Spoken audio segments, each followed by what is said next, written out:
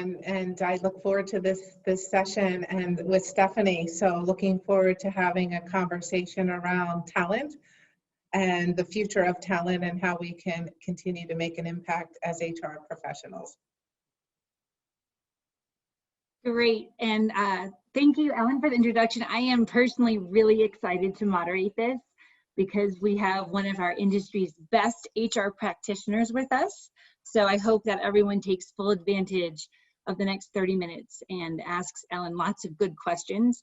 The format for today is going to be, I'm going to ask her a couple of questions, and then we'll leave about 10 minutes or so, I think that's right, Kathy, for questions and answers. One thing I do want to just go ahead and say, Ellen and I talked about this in our prep session. Neither one of us are going to be in a position to answer any questions around COVID-19 vaccines, so please don't ask us. We are here to represent the HR functions for our companies and not talk about business. So just a disclaimer, and I hope we have a lot of fun for the next 30 minutes. So Ellen, if it's okay with you, I'm just going to kind of dive right in. That sounds great, Stephanie. Okay, great. So the first question I have is, as you're thinking about building a diverse pipeline of talent for the future, what are some of either the best practices that you've learned or lessons that you've learned along the way? I think that's a great question. So thinking about it, I think first and foremost, couple of things come to mind for me. And one is really knowing the culture that you're working in and ensuring that and asking yourself, is this the environment and culture accepting of diverse thinking and diverse views and views of difference, right? So it's important to have an assessment of the culture and understanding what are some of the headwinds or tailwinds that come along with that culture. And then importantly, it's of course knowing the business strategy and where you're heading from the future. And with that, what are the capabilities required? So I think oftentimes when facilitating conversations around strategy and capabilities, it's difficult to get leaders to think in the future, especially in today's time. Agility is ever so important. So we need to think about what's relevant and germane today is clearly going to change tomorrow. And then the other is, I think, having a strong talent philosophy and a strategy that is understood by leaders so that they understand what's the bigger picture that you're aiming for. And then as a vehicle for HR then to facilitate talent discussions and other people planning sessions, I think it's important to also have a good strategic workforce planning approach within your organization. So you're really connecting strategy, culture, capabilities, and talent all under a common umbrella, if you will. Love it. So follow up to that, you and I work in very different companies in terms of size. And so what would be your recommendations for companies that might be much smaller that are just now starting to have the diverse talent discussion? So I can tell you personal story. We are just now even starting to track certain diversity dimensions and metrics in our company, which I know might be an aha for the rest of you on the call today. But just in terms of building out that talent pipeline, what would be some of your suggestions? Yeah, well, I think, first of all, diversity means different things to different people. So you have to think about where you are in the world and what does that mean. So getting a common understanding of what that means and how it can contribute to the business. So it has to have a business impact. And tying it to that, what's the burning case? What's the value proposition that it will give you? And then starting out, it's, I think, importantly aligning with the C-suite and making sure that the top leaders, wherever you are, understand the why you're doing it, what you're going to do, the impact, and the so what, so that you get the top leaders on board with that and making sure that they're understanding why it's important, right? Why is that important to focus on? And having a pulse on the leaders and making sure you understand, because some leaders will not agree, but they'll go along. but the leader accountability is critically important. Until you have that leader accountability, it becomes really pushing a rock up the hill. So again, it doesn't happen naturally. So having a deliberate approach with your team members is important. Well said. Thank you. So my next question is diversity, right? It has been part of the HR conversation for as long as you and I can remember, and we've been doing this a little while. So what would be your recommendations around being able to attract, retain, and develop diverse talent specifically? Yeah, and as you started to say, is, you know, this has been a conversation for as long as we can remember, and it should be. And I think importantly, it's demonstrating why is it important again, and making sure employees are a part of the process, because it's all around your culture and what you're trying to build, right? So I think, you know, if we think about it, what is our role as HR practitioners? I mean, we should shape policy and what the expectations are with regard to the standards, and let employees and leaders really take the accountability to deliver on it. I think sometimes it's important to understand that. And then as you think about talent attraction, what differentiate you as an employer? So pay attention to your reputation as an employer. So, you know, going out on websites to see what are people saying about you as an employer on Glassdoor or something to that effect, because that's really important. And fix what is broken. I mean, people have choices. So it's important to think about those that you're trying to attract, and importantly, the talent that you're trying to retain, keeping a pulse on your metrics, your culture, your engagement, your feedback, both, you know, qualitatively and quantitatively. Great.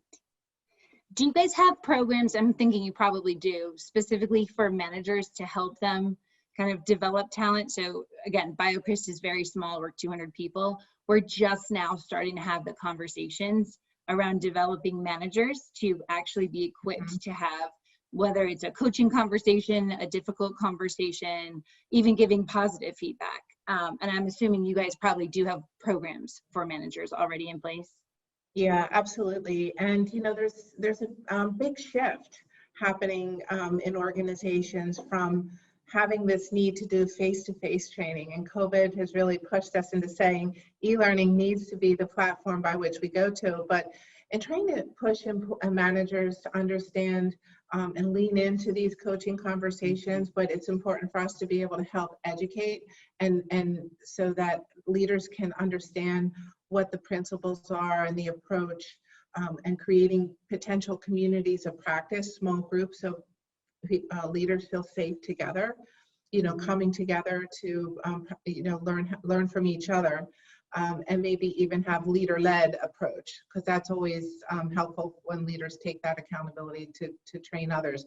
But yeah, we have many different types of learning platforms for individuals, you know, at the individual level, first line leader, leader of leaders, up to executives. But it comes to the point, I think, where us as HR practitioners need to help guide leaders to where to go, because in some cases people are busy, there's a lot of information out there, so helping to steer them toward what is the right learning agenda for them in particular.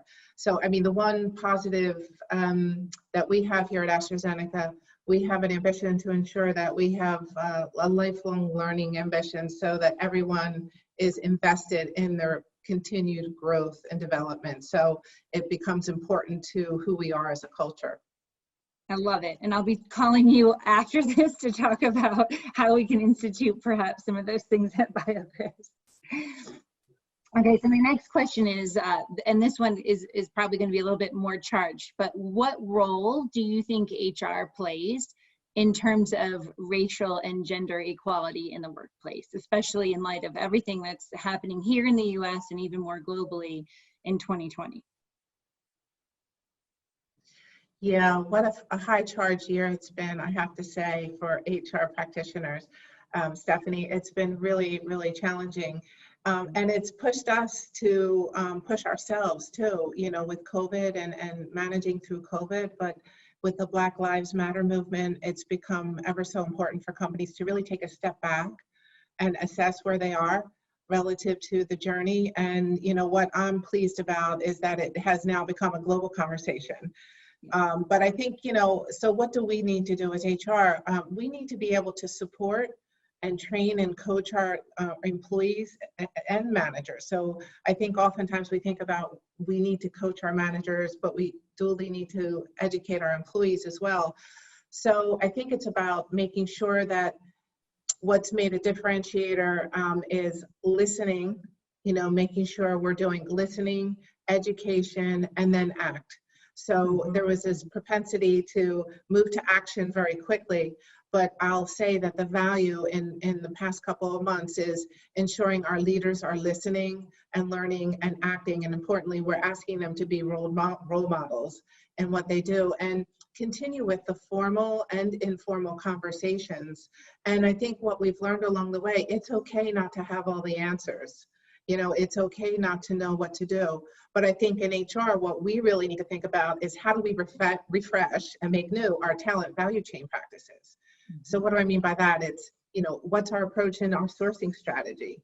You know, are we looking at the right sourcing channels and methods on how we're attaining talent? What are our promotional practices? So there's things that we could be doing to take a make sure we're taking a refreshed look.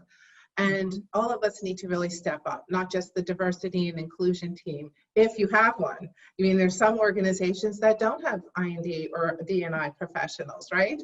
Yeah, so it becomes really challenging because it's where do you start?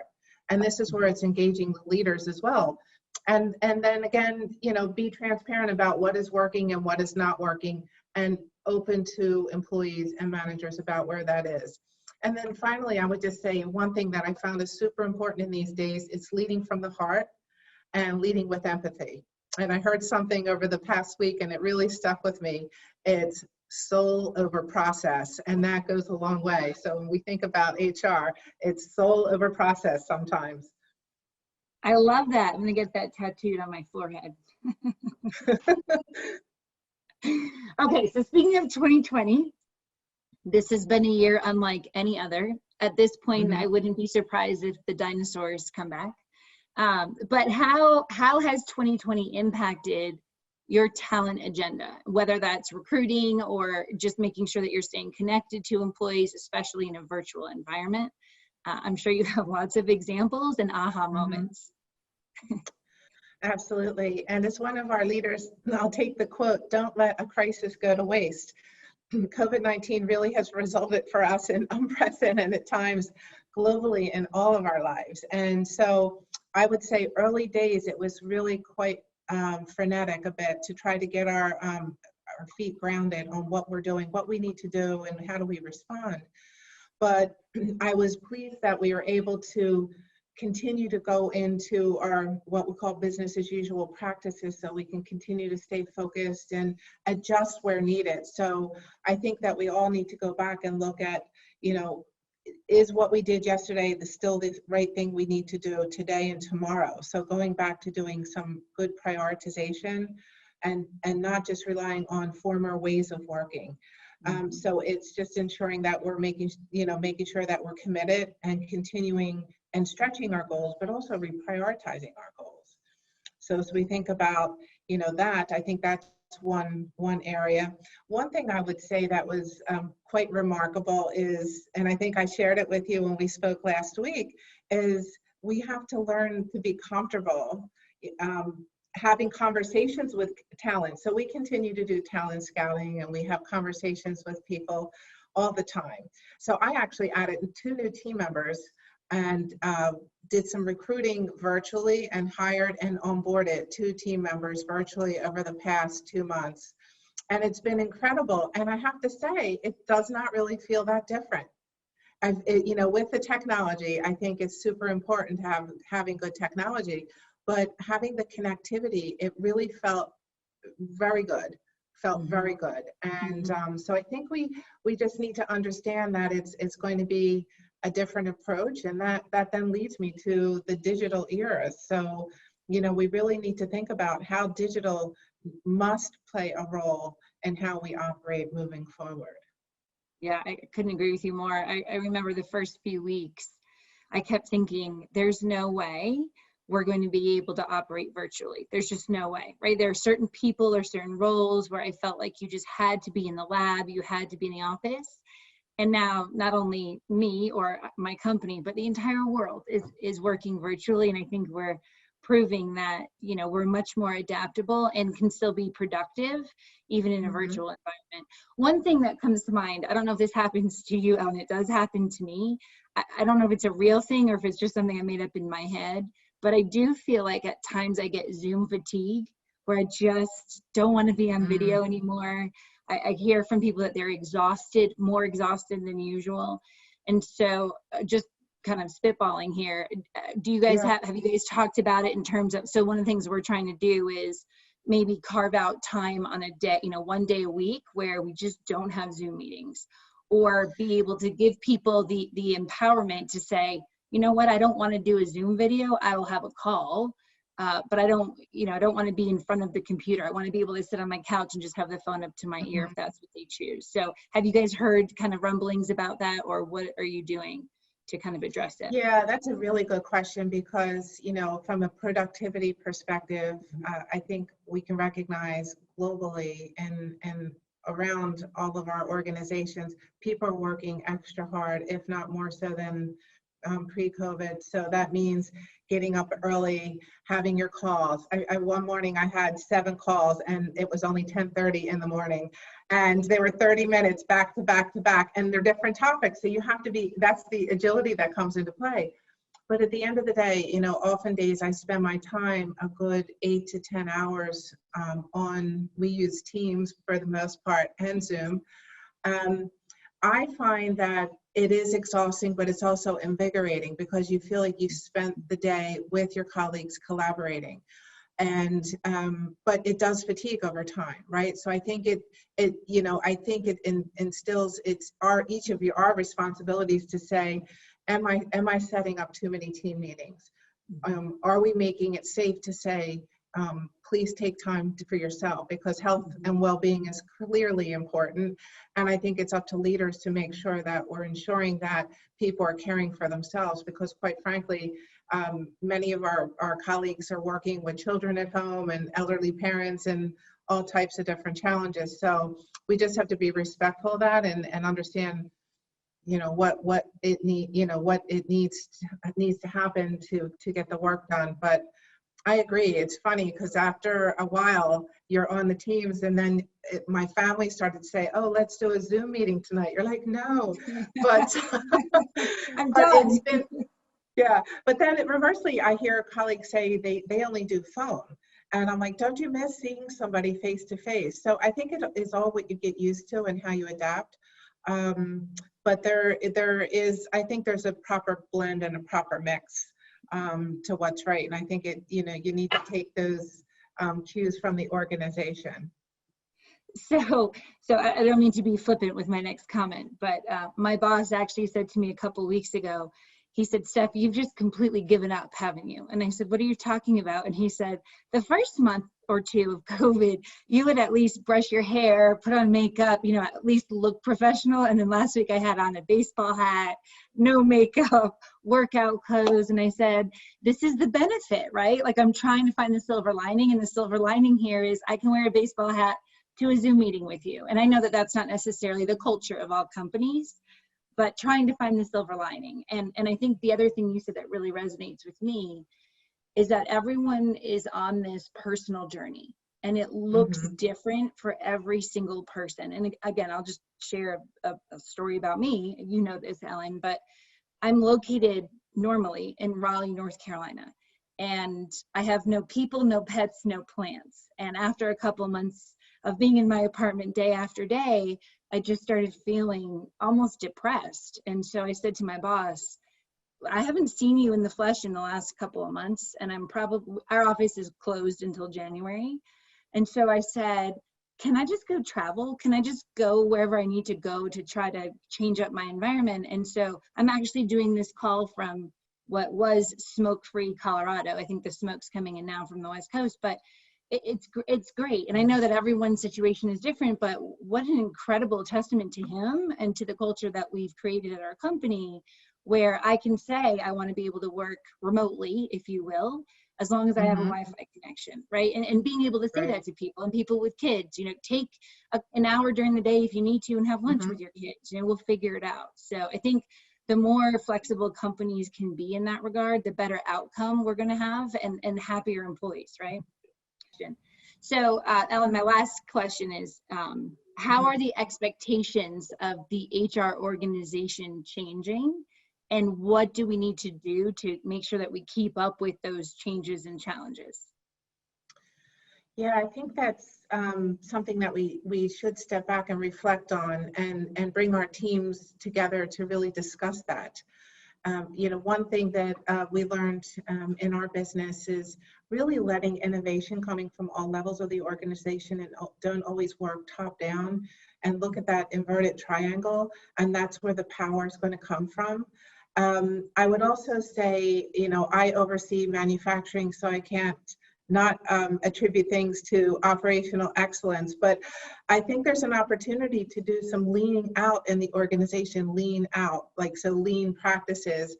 And what we're trying to do is to ensure that we are doing a better job in linking our approach and strategies to business outcomes, and measuring what we're doing, and making sure that's linking to the future. So I think it's around what's your value, what's your impact, and having those conversations.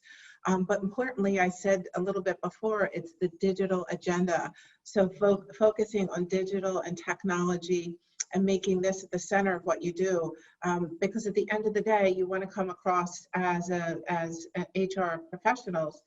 This is the opportunity to make sure that all the decisions that you're making are evidence-based. When you're presenting to your senior leader organization, you need to have the facts, and it's, having good data is super important. So it's beyond data, though. It's insights. It's how do we get into having bots and other things that can help complement some of the day-to-day tasks that HR had been relied to do. We're now moving that into different areas, so that we're able to truly make that impact on the business. So I would say making sure the HR organization is focused on the future, looking for what is the future of work, and having the conversations around the future of work, and our roles will be changing as well. So as some of the organizations still have quite a bit of, they're still talking about HR transformation, but it's really about what is the future of work, and we need to get on the bus and make sure we're leading the pack. So true, well said. And it's been interesting. I worked for really large companies in the past. Now I'm working for a much smaller company, and a lot of the ideas that I have, or even what I've been accustomed to, is so completely different. And so, even just hearing from you, I wish we had a team that had the capability to even do that. We're at the point where we're just now even starting to mine data. So we're eons behind, but it's okay. We're going to get there. But that's interesting, though. So to think about it, you don't have legacy. You don't have legacy to break through. But exactly. you have to think future back, and the future will change. So that's even, so it's tricky, and how you manage that, right? Absolutely. It's a blessing and a curse, right? Like most. That's right. Okay, well, thank you very much, Kathy. I think those are all the questions I had prepared formally. So if we want to open it up for general questions and answers, I think this would be the time to do that. Well, we're waiting for a question to come in potentially. What are you finding in your organization that challenges you looking toward the future from a people perspective? Yeah, that's a great question. So for us, we're hiring like crazy. So we're in a hiring frenzy at the moment, which is a good problem to have. Doing it in the COVID environment has been really interesting, and we've had to become really nimble in terms of just how we do things, right? So for us, I think the biggest, from my perspective, it's not so much the operational component of bringing people on, it's making sure that people feel the BioCris culture, right? That they feel like they're a part of this organization. because they've never met their teammates or their manager, to your comment earlier, in person. They've never even seen inside the office. And so making sure that they feel connected is a huge priority for me and my team, in addition to all the work that needs to get done. Because if you don't feel like you're a part of the bigger thing, then I feel like you end up feeling incredibly isolated, and then it's usually not a good experience for the employee or for the company, right? And when you make the investment to hire someone, the goal is to retain them.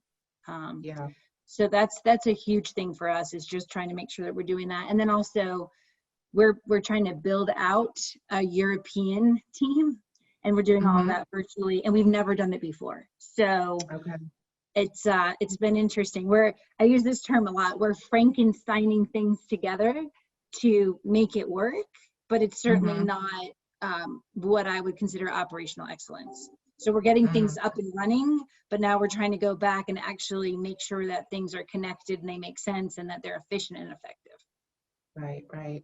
Understood. The question is, do we continue job transfers or rotations during these times? And the answer is yes, but there are some limitations with regard to country movement.